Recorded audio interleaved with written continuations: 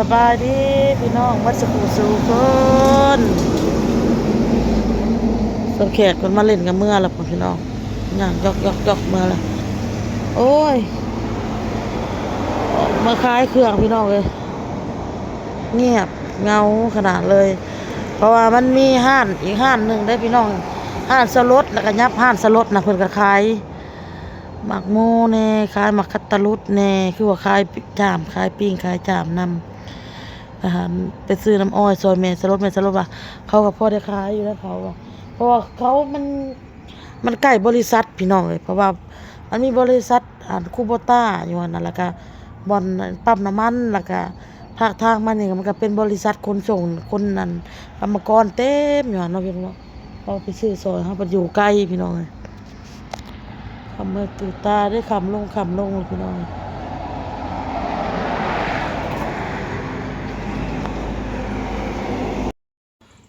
พี่น้องสบายดีบัดนี้ก็มาต่ออยู่เพื่อนต่อพี่น้องเลย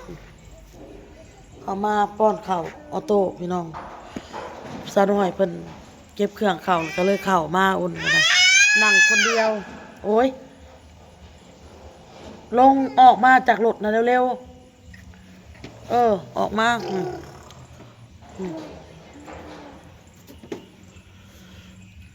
เก็บเครื่องข้าวเพิ่นว่า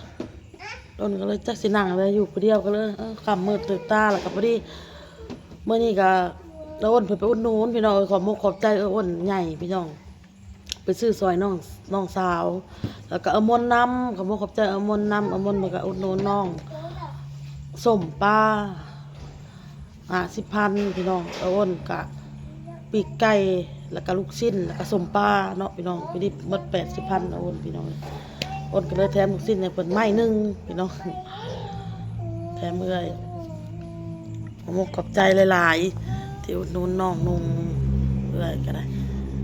ขอบใจอยู่ดีมีแห้งวัตถุทุกคนในสุขให้มาในรับให้รวยป้อนข้าวแล้วก็สิพอดีเลยเราปิดร้านเก็บข้าวแล้วก็เก็บมาทางนี้ออโต้บ่สบายแน่ม่านป้อนข้าวป้อนน้ำออโต้แล้วก็สิป้อนป้อนยากินกินยากินข้าวลูกนั่งกินข้าวอยู่หน้าบ้านพี่น้องปีกปลาทูแล้วก็ปีกไก่เอาไข่ต้มเอาคือบอกมาไข่ต้มในสิ่งค่ะ2 หน่วยเอามากินโลดก้างเลยลูกก้างได้ก้างแม่เอาไห่แม่เอาสิ่งนอกลูกเอาคากล่องมาเลยลูกเด้อ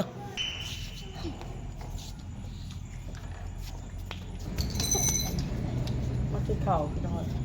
สบายดีเลยสบายดีป่ะสบายดีเฮ้ยจบว้าวเลยนะพี่น้องหลังจากกินข้าวกินน้ำแล้วกันบอเต้กับพี่มาหอดเฮือนซื้อเพิดมาให้แม่กี้กับบอถือพี่น้องซื้อเบอร์Sเพิ่นบอกให้เบอร์Mพี่น้องไปเปลี่ยนให้เพิ่นก่อนได้รถแล้วโตได้รถใหม่มาเลยพี่น้องชื่อรถเก๋งผู้ป้าโทโตได้รถเก๋งป้าโทโตได้รถเก๋งป้าทอป้ารถอันเอื้อยเด้อพี่น้องเด้อโอ้ยแป้งให้ลูกจบเจือก่อนรถนางโดลาเพิ่นอันนั้นแหละเนี่ยเพิ่นเอาให้ป้าเพิ่นเอาให้ย่าเพิ่นเอาให้โอ้ใบพัดลมเซ็ตแตกพี่อยู่ตีนรถพี่เซ็ตโอ้โธ่ป้าโธ่ก็โตได้รถเก๋งเอาไว้เต้านม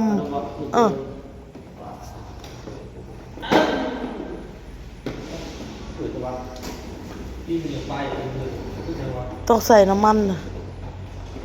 นี่ยผืดเนาะ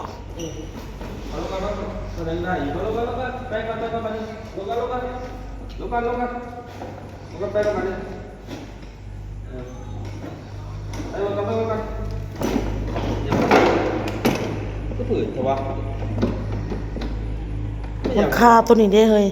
อันนี้มันคาหน่วยยังไงนี่อันนี้หน่วยยังไงไม่ใช่หน่วยดำนี่มันยังไงไม่มีหน่วยใช่ปะไม่ใช่มีนะ โอ้ยรถเก๋งถอยมาใหม่ก็คือผืดแต่เนาะบัดนี้เนาะ เอาโต้เอ้ยเออได้เศร้าผืดล่ะ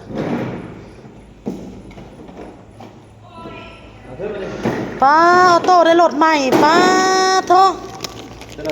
คอยไปเปลี่ยนเป็นเพิร์ดให้แม่ก่อนป้าโต้ได้รถใหม่ไปก่อนป้าโทเอาโต้ได้รถใหม่ป้าโต้ได้รถใหม่ฉันละไปบุญกระโชกเนี่ยป้าโต้ได้รถใหม่งามลีนี่โอ้นี่น้ำพันให้กินยาได้ไปป้อนข้าวว่าสิกินยาก็เลยไปซื้อเป็นเพิดให้ไปเท่าจีดก้อนยันมันห่านเขาปิดยาดีไอนี่ลูกเม็ดหนึ่งอย่างละเม็ดยาดีไอได้เอาแล้วตัดเสื้อดีไอแล้วก็อันน่ะเด้อในห้องแม่ในประตูอาหารในทงยาง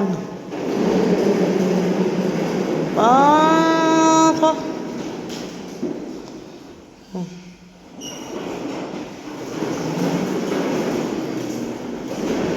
เอาเอาเมื่อยนะเฮ้ยแบบนี้ค่ะป้าโตได้รถใหม่ป้ามาอยู่ไปบุญมาอยู่ไปบุญมาอยู่ไว้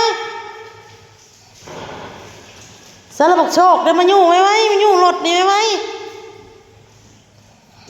ถ้าโชคเด้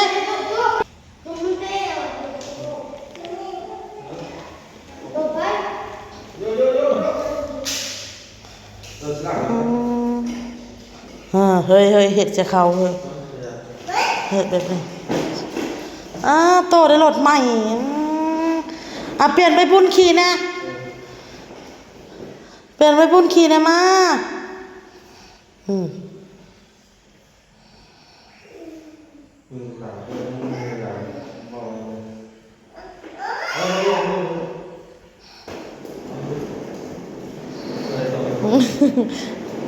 เอาหมุนเห็ดหมุนอีกประเห็ดหมุนอีก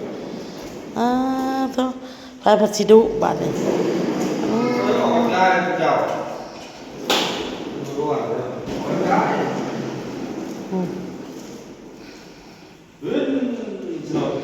ไปก่อนไปอันนั้นก่อนพี่น้องเปลี่ยนเป็นเพิร์ดให้ไม่เท่าจีก่อน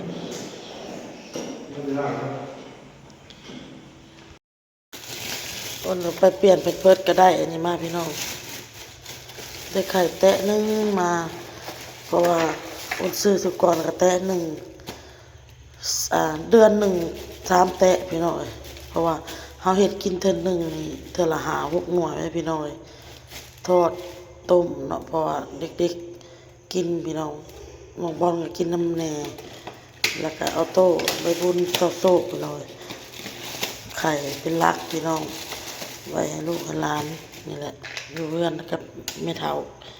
ทอดให้กินมาหนึ่งข้าวแล้วก็ป้อนลงมาหนึ่งนั่นแหละพี่น้อง